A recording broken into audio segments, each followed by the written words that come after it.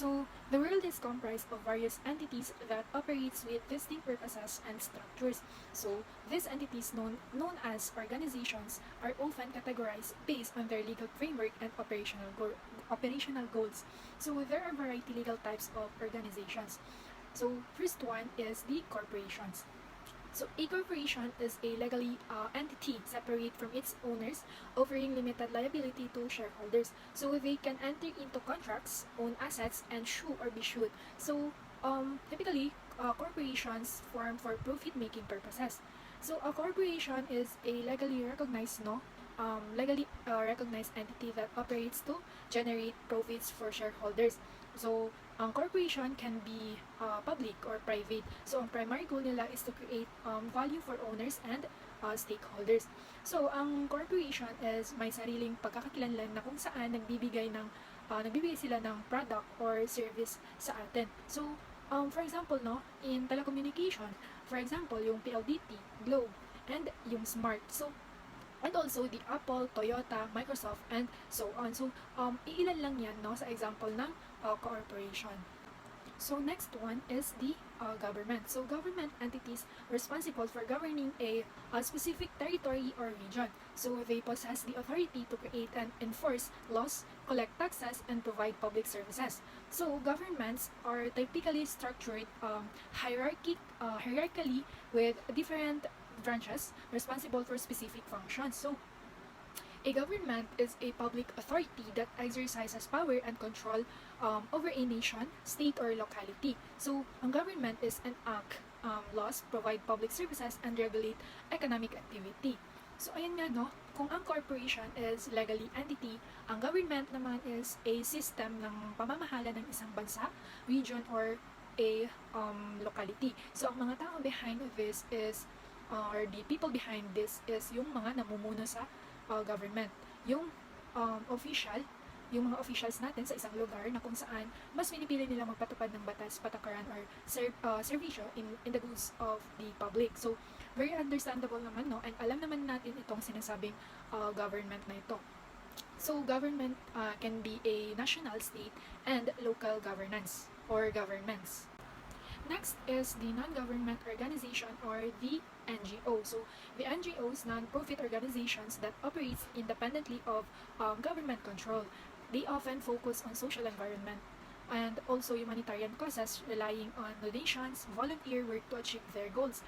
So, ang NGO, short term for non-governmental organization, ito ay isang organization na hindi part ng gobyerno, yung government. So, pero ang intention nila ay magbigay ng service or tulong in public. So, as like as in government. So, ang NGO is a private independent organization operating without government affiliation or support. So, NGOs address social, environmental, or humanitarian issues often relying on donations and volunteer efforts.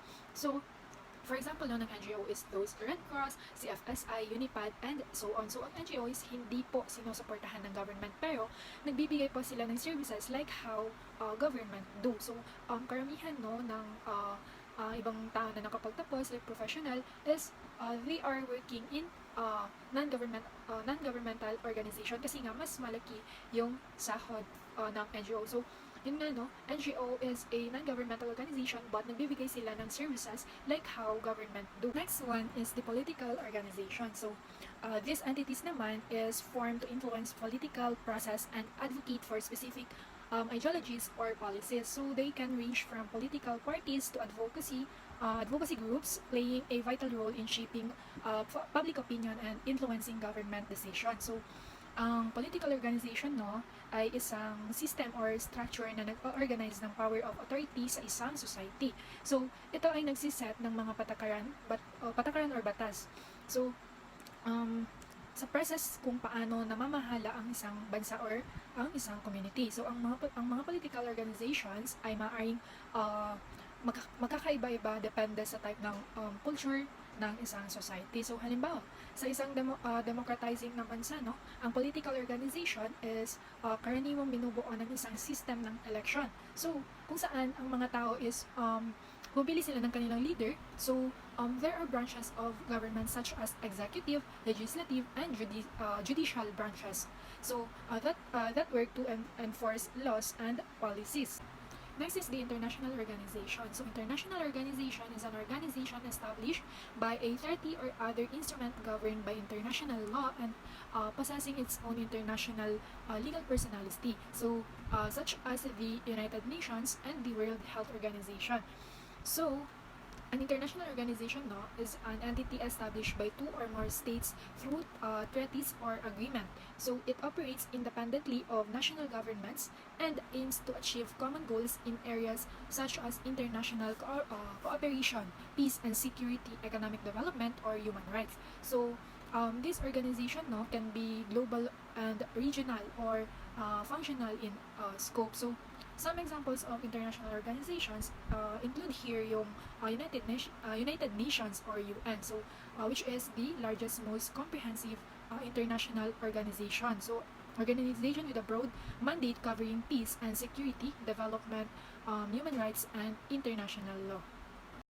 Next is the Armed Forces Organization. Armed Forces Organization are the combined military, naval, and air forces of a nation. So the armed forces of a country are its government support, defense fighting forces and organizations. So the Armed Forces Organization, a country military, so encompassing all branches of its defense establishment.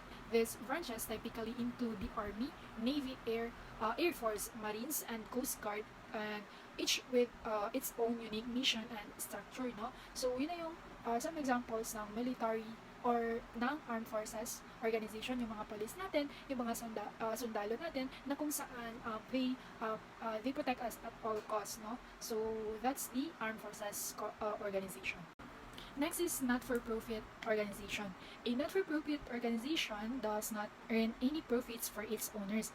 Instead, the organization donates the money it receives to help fund the organization's objectives and goals. So a not-for-profit might also receive donations to stay up and running. So it's likely parang NGO. So these are legal entities that operate for the public good, much like not-profit organizations, but with a distinct legal structure.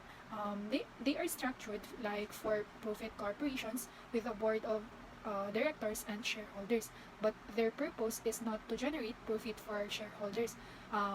Instead, they operate to achieve a specific social mission, no? So, as as a non-government organization is nagbibigay sila ng services na without government funds, as like as the not-for-profit organization. So next explanation will be the classification of organization. According to Taklock Parson, organization can be classified into four categories. First one is economic organization, political organization, integrative organization, and pattern maintenance organization. So here are the definitions of that category according to Taklock Parsons. The first one is economic organization. Organizations focus on producing goods and services to meet economic needs. For example, no, yung business corporations and industries that aim to generate profits and sustain economic growth. Number two, the political organizations. It involves governance policy making, and exercising authority. For example, the government's political parties and special interest groups that shape and implement policies. So the number three is integrative organization. This organization is promoting social integration, cohesion, and collective identity. So the example of the integrative organization is the community organizations, social movements, and cultural institutions fostering unity and shared values. So lastly, the pattern maintenance organization. This organization receiving and transmitting cultures, values, norms, and traditions. So, for example, the educational institution, religious organizations, and cultural heritage preservation and groups. So Talcott Parsons' classification highlights the diverse roles organizations play in society, from economic production to social integration and cultural preservation. So the conclusion of this report, by providing clear guidelines for job responsibilities, process, policies, culture, and performance expectations, organization can foster a more productive, efficient, and harmonious in-work environment.